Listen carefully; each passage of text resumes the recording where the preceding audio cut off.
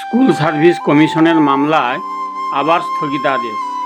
পিএসসির ফল প্রকাশে অনিশ্চয়তা। চাকরির পরীক্ষার দিন ঘোষণাই হয়নি গত 1 বছর ধরে। এই শিরোনামগুলো কি আপনার পরিচিত মনে হচ্ছে? হাজার হাজার পড়ুয়া দিনরাত খেটে যাচ্ছে, অথচ পরীক্ষা কবে হবে কেউ জানে না। মা বাবারা ঋণ করে সন্তানদের পড়াচ্ছেন, কিন্তু চাকরি তো দূরের কথা, পরীক্ষা পর্যন্ত পিছিয়ে যাচ্ছে। এই ভিডিও আপনার যদি একটু নিজের গল্প বলে মনে হয়, তাহলে আর স্কিপ না করে শেষ পর্যন্ত দেখুন। হ্যালো বন্ধু, আমি তারাপদ মাঝি, আপনাকে আমার চ্যানেলে স্বাগত জানাই। আজ আমরা কথা বলবো একেবারে আমাদের মনের কথা, পশ্চিমবঙ্গের শিক্ষা ব্যবস্থা এবং চাকরির দুরবস্থা নিয়ে। এই ভিডিওতে থাকছে বাস্তব অভিজ্ঞতা, তথ্য, কিছু প্রশ্ন আর একটুখানি ব্যঙ্গ। চেষ্টা করব আপনি যেন আপনার কথাই আমার মুখ দিয়ে শুনতে পান। জ্যোতিষশাস্ত্রে বলে, শনির দশা যখন নামে তখন জীবনের দুঃখ আর দুর্ভোগ লেগেই থাকে। আমাদের রাজ্যের চাকরির ক্ষেত্রেও যেন এমনই একটা শনির দশা নেমে এসেছে। ঠিক কবে থেকে শুরু হলো সেটা কেউ বলতে পারে না, কিন্তু শেষ হবে কবে সেই উত্তর আজও মেলেনি।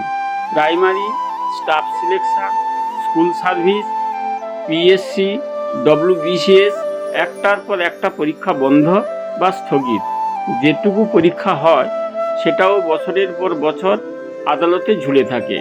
আগে প্রতি বছর পরীক্ষাগুলো হতো, যুবকেরা প্রস্তুতি নিত, পরিবারে আশা তৈরি হতো, আর সেই আশাগুলো ক্রমশ কুয়াশায় ঢাকা পড়েছে।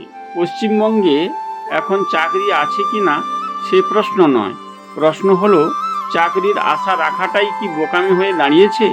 পত্রিকায় চাকরির বিজ্ঞাপন কমছে, অনলাইনেও সরকারি নিয়োগের খবর তেমন আর দেখা যায় না।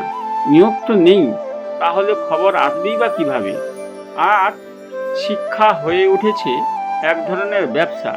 পড়ালেখায় ইনভেস্ট করে রিটার্ন পাওয়ার কোনো গ্যারান্টি নেই। অনেকেই মাধ্যমিক বা উচ্চ মাধ্যমিক পর্যন্ত পড়ে হাল ছেড়ে দিচ্ছে, কারণ সামনে ভবিষ্যৎ অন্ধকার। যে যুবক পিএইচডি করেছে, বিএড করেছে, সে আজ অনলাইনে কোচিং সেন্টারে 5,000 টাকায় চাকরি করছে। এটা এখন বাস্তবতা। আমার পাড়ার গোপাল জেঠু 3 মেয়েকে পোস্ট গ্র্যাজুয়েট করিয়ে বিএড করিয়েছিলেন। 3জনই স্বপ্ন দেখেছিল স্কুল মাস্টার হওয়ার। স্কুল সার্ভিস কমিশনের পরীক্ষায় বসেছিল, কিন্তু একটার পর একটা মামলায় ফল স্থগিত হয়ে রইল। আজ তারা বাড়িতে বসে আছে। এই সংকট শুধু অর্থনৈতিক নয়, মানসিকও। বেকারত্ব বাড়ছে, হতাশা বাড়ছে, আত্মবিশ্বাস কমছে। যেখানে শিক্ষা ছিল উন্নতির সিঁড়ি, এখন সেটা হয়ে উঠেছে এক বিভ্রম। জিজ্ঞেস করলে সবাই বলে, পড়াশোনা করে কি হবে? এই প্রশ্নটাই তো সবচেয়ে ভয়ঙ্কর। পশ্চিমবঙ্গে আজ এমন এক সময় চলছে যেখানে সত্যি কথা বললেই মানুষ হাসে, বলে তুই তো বেশ সিরিয়াস।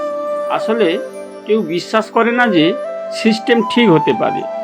শিক্ষা আর চাকরির এমন দশা যে ঠান্ডা মাথায় চিন্তা করলেই মনে হয় পাগলা গারদই বুঝি একমাত্র গন্তব্য। তাহলে বন্ধু, আপনি কি ভাবছেন? এই সংকট কি একদিন শেষ হবে, নাকি আমরা এভাবেই অভ্যস্ত হয়ে যাব চাকরি না থাকার ভবিষ্যতের সঙ্গে? ভিডিওটি যদি মনে হয় আপনার বাস্তব কথা বলছে, তাহলে শেয়ার করুন, লাইক করুন, আর অবশ্যই চ্যানেলটিকে সাবস্ক্রাইব করুন। আমি তারাপদ মাঝি আবার ফিরব নতুন স্বাদের এক ভিডিও নিয়ে। সেই পর্যন্ত ভালো থাকবেন। জয় হিন্দ, জয় ভারত।